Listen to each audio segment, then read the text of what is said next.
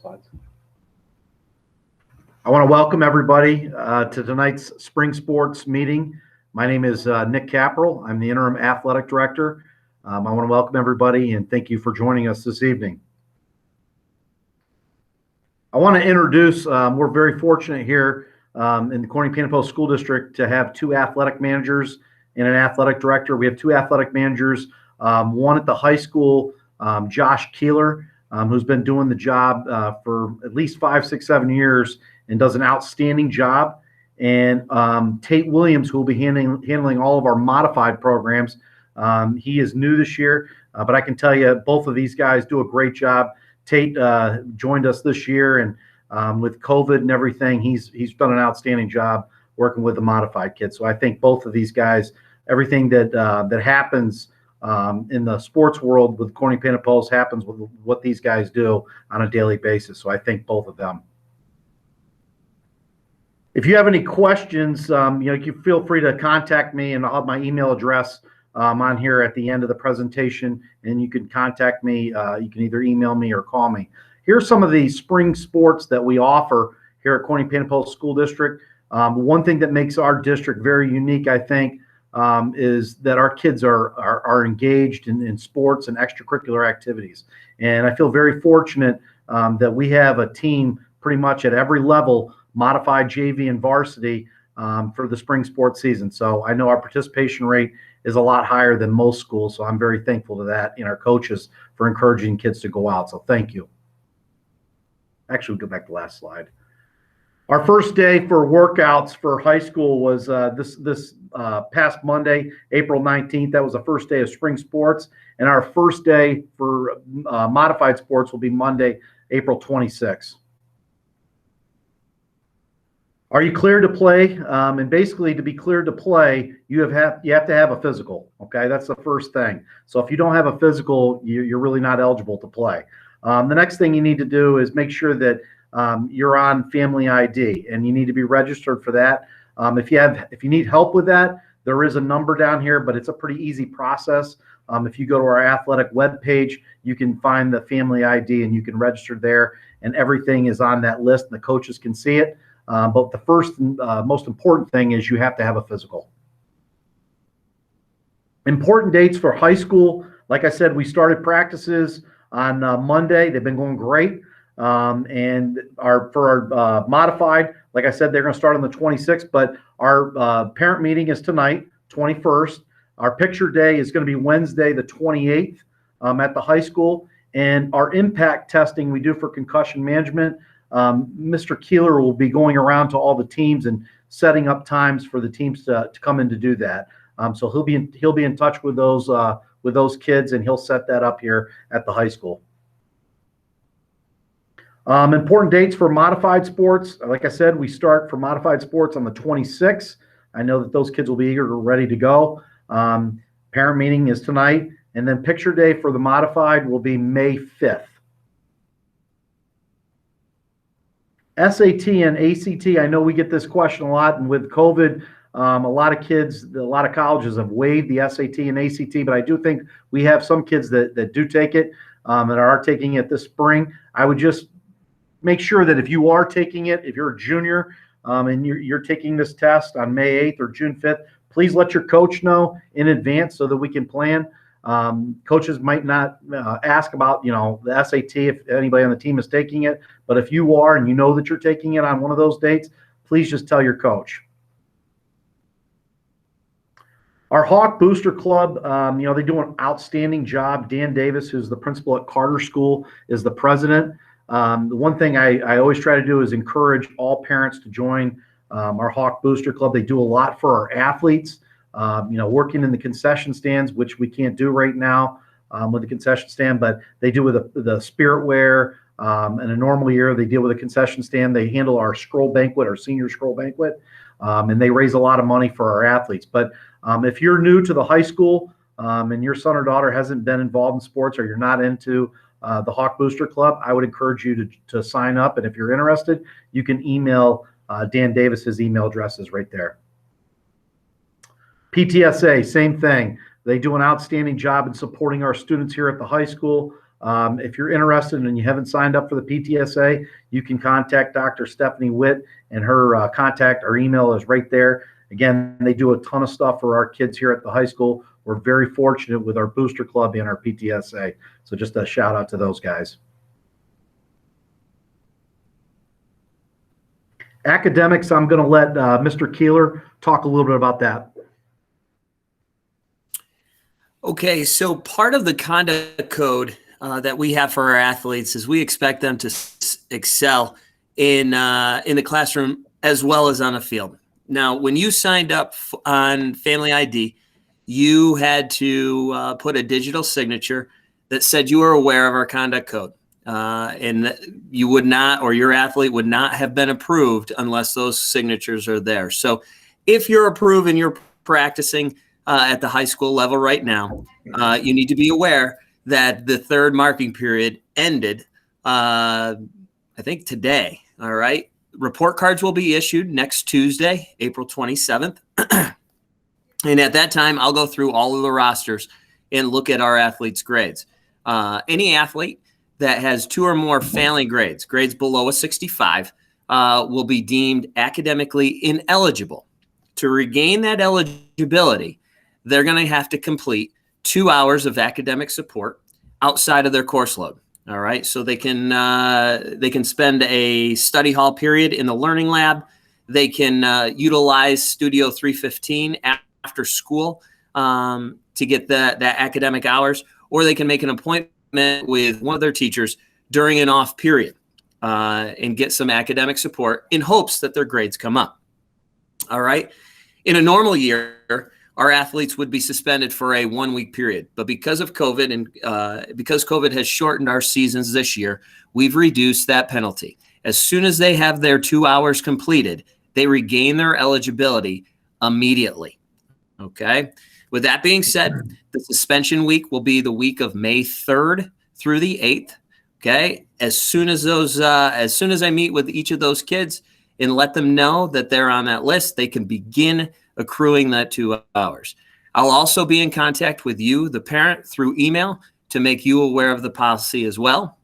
As soon as those kids are done with their 2 hours, I'll notify not only the coach and the athlete, but also the parent to let them know that they can participate in games. That's the high school policy this year.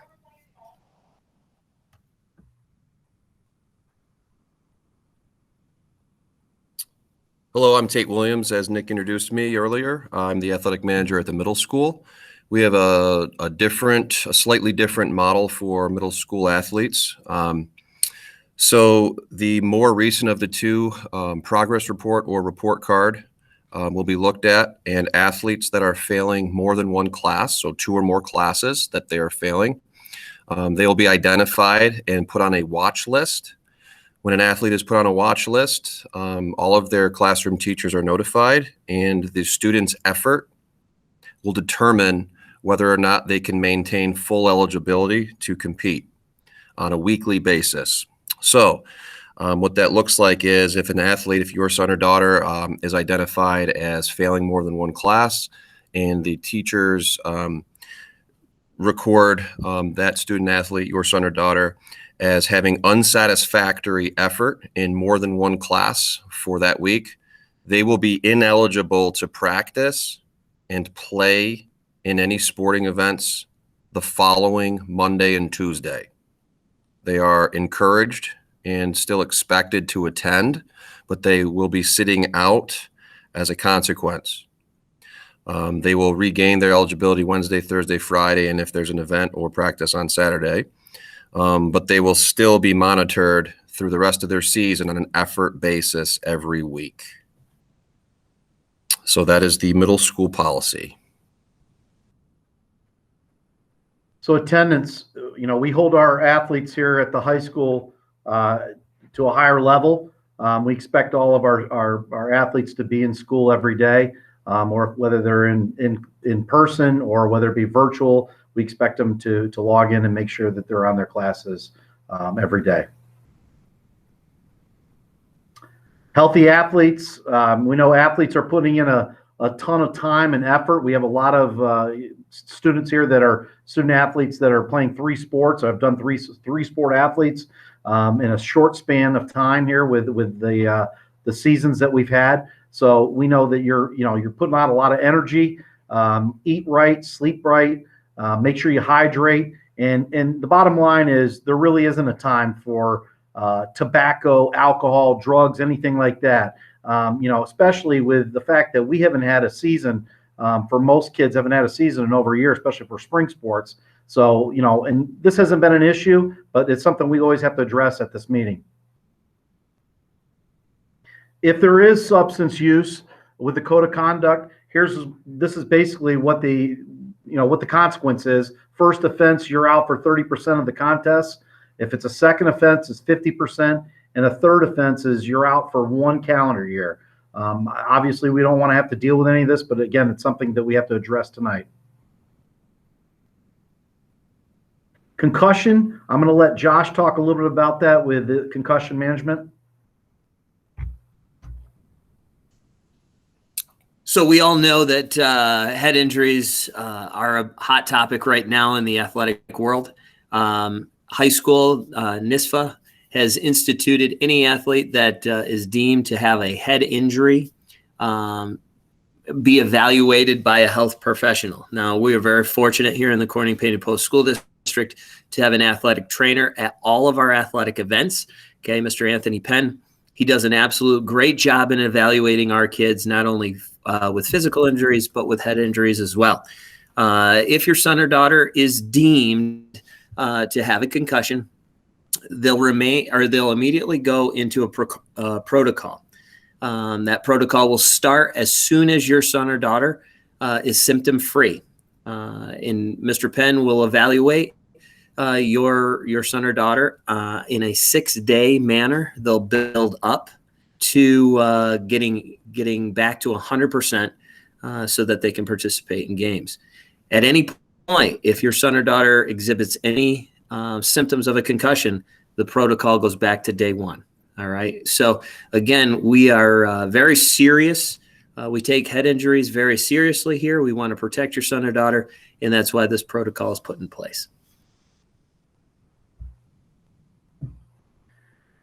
Signs and symptoms, and this is something we have to address. Any of these symptoms that you see right here are symptoms of COVID. Okay. If you have any of these signs or symptoms, please make sure you stay home. Bottom line is we don't want you here if you have one of these symptoms, okay? You're jeopardizing not only yourself, but your whole team. So if you have any of these signs or you don't feel well, anything like that, slight fever, please stay home. But if you are at school, please let your coach know, all right? And we'll make sure that you go to the health office, and you're probably going to be tested, okay? I'm not going to lie to you, but these are the symptoms for COVID, and we take it very seriously, just like the concussions. So what happens if you get COVID? All right, you end up getting COVID. In order to return to play, you're going to have to be released from your doctor, be cleared from your doctor, and then you're going to go through a COVID protocol. And you'll go through that with your coach. Okay, whatever. So say you're playing lacrosse, you end up getting COVID. Okay, to come back, you're going to have to get cleared by your doctor, and then you're going to have to go through these stages, okay, with your coach. And it's basically a progression, just like it is with the concussion management. Okay, and again, we'll get you through, but in order for you to play in a contest, you have to do this. Anthony Penn, we're very lucky to have him. He's our athletic trainer. He's here every single day. You'll see him at a lot of the athletic contests. If you have any injuries, please let him know, or you can let us know, and we'll get you to a chance to see him. But he's here almost every day after school. He can take a look at whether it's a lower body injury, upper body, anything like that, and he can really help you out and point you in the right direction as to what you need to be doing in order to get back to your sport. Transportation, the bus, we're limited to how many kids that we can have on a bus at this time with COVID and the protocols. So, typically we have about 20 athletes on the bus. Any teams that we have more than 20 athletes, we have to take 2 buses. There's no eating on the bus. I know in a lot of cases on sports trips, they stop and get something to eat. We can't do that anymore right now. So we tried to be a little bit creative where teams will maybe eat something when they get to their contest or after their contest, and they're ready to come back to the high school. So we try to work with the opposing school, and we've done that here for schools that come to our place as well. Masks have to be worn at all times when you're on the bus. Transportation. This is a transportation waiver. If parents want to drive their child to an athletic contest, you can do that, but this is the form that you have to fill out. And the only thing that we ask you is that if you're going to drive them to the contest, that you drive them back too as well. All right. If this is something that you want to do, being that this is a weird year with COVID, we ask that you have to fill this form out and get it to the coach the night before. So this is a transportation, the bus. We have a shuttle that goes from the middle school to the high school. It goes every day for practices. We have some students that have passed a selective classification that are playing a high school sport. Okay, we have a shuttle service that'll run after school at the middle school to the high school, so they can get here for practices. Again, it's the same thing: social distancing, cleaning, sanitizing, all of that when we're riding the bus. So health and safety for athletes. And again, I kind of went over this a little bit before. You got to wear a mask at all times. We have to do that. Obviously we've had some situations that, we want to make sure that all of our students are safe. Okay. And avoid any picking up anything. You are screened every day when you come in. The Green Go, there's an app that you're going to fill out that I know that all of our kids are familiar with. And then we're also going to take your temperature, okay? But you're going to have to show the Green Go app to your coach, and the coach will take attendance and he'll mark off that he or she showed you the Green Go app, and then you're cleared to go for practice, okay? Again, I said this before. If you don't feel well, please let your coach know immediately. Health and safety for athletes. I went over this just a minute ago. Students are screened every single day. Temperature, we have the temperature guns here, and then the hand screeners too as well. Kids have done a great job with that all year long. We're going to continue to do that. And this is just shows you right here the questions that's on the app that are asked. Okay, and then you get the Green Go there, and then you can go show that to your coach, and then you're ready to go. And part of that, the coaches record, take attendance and record all of that, and that's for contact tracing if we have to do any of that. Coaches are going to set clear expectations. They're going to communicate guidelines. They've done a great job with the winter sports and our fall too. They're going to take attendance. Make sure you wear a mask, okay? That's what we ask that you do. We don't want to put your season in jeopardy, okay? Be smart, okay? We're not using locker rooms right now. We didn't in fall too. We're going to avoid them in the spring sports as well. And we'll stay on the field. We'll do everything that we can to make sure that our kids are safe, our coaches are safe, and we're eligible and we can play. Communication, athletics, our athletic webpage is outstanding, but it's got all the information that you need on there. We also have the Twitter, Corning Hawks, Facebook, and like I just said, the school webpage. And then one of the best things that we have is the Schedule Galaxy, and we'll show you that here. And this is a Schedule Galaxy. You can go month by month, week by week, and you can click on a contest.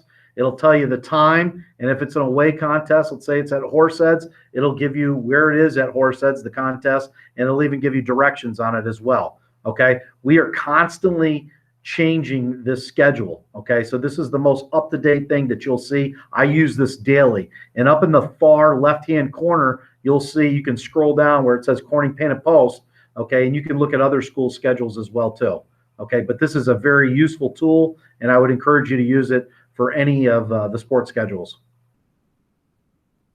Chain of command. Again, if there's any issues that you have, I would ask that you go to your coach first. Ultimately, I would like the student to go to his or her coach first and talk to him, okay? If you don't like what you hear there, I would have a parent talk to the coach. And again, I'd wait if it's about playing time or anything like that. I've got follow the 24-hour rule there at the bottom. I would follow the 24-hour rule and wait and email them or pick up the phone and call them. If you don't like what you hear, you can always contact me after that. But that's the first thing I am going to ask you. Did you contact the coach? And I think one of the best things you can do is have your son or daughter go to the coach first and talk to him. Okay? Health and safety, parent spectators. We will have spectators, which is nice for any of the games, home and away, for most of the sports. Okay, but we have 2 spectators per athlete. There is a spectator sheet. Our athletic managers have done an awesome job with that. It's hard to manage. Okay, but we'll have 2 spectators per athlete. Coaches will have we'll show you the sheet here in just a minute, but they'll have all the names right next to each student on there. Okay, and when you come into the stadium, let's say it's a lacrosse game, we'll take your temperature. We're going to have you fill out a form, and we'll do that, and we have to do that for contact tracing purposes. That is the spectator sheet right there. You can see, and it fills up pretty good. But we'll have some workers out front, and we're doing our best to make sure that we can get everybody in the game that we can safely and quickly. And then just some points of emphasis I put down here, and you can go through those. But one of the biggest things I think and we told the coaches this, and I know the coaches have done a great job communicating to the kids. I think there's a lot of different things that we want your kids to have a positive experience this spring.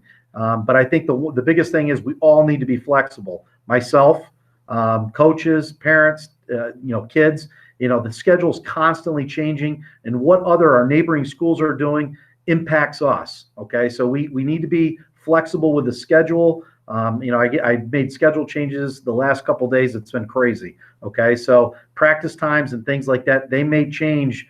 Every day, daily. Okay, we try to make sure that they're as consistent as possible, but sometimes we just can't do that with the COVID right now. And then, like I said, patience. I think patience is huge. Okay, we're going to try to do whatever we can to make sure that your sons and daughters have a positive experience. It's not so much a normal year. Spring sports lost out last year. We want to make this as normal as possible. There are sectionals for spring sports. Okay, and I know coaches are excited. Spring coaches are very excited about that. We want everything to run smoothly. And then the last thing is that I pointed out to the coaches. I know the coaches do a great job emphasizing this to the kids. Is we want your kids to be student athletes. Obviously, academics comes first, then sports. Okay, and if you can work both of those out, I think it's great for kids. Athletics is great for kids, but the academics have to come first. If you have any questions, feel free to email me or contact me. I do have my office phone number there, and with the athletic managers as well. I appreciate everybody listening to the presentation. Thank you, and good luck to all of our athletes.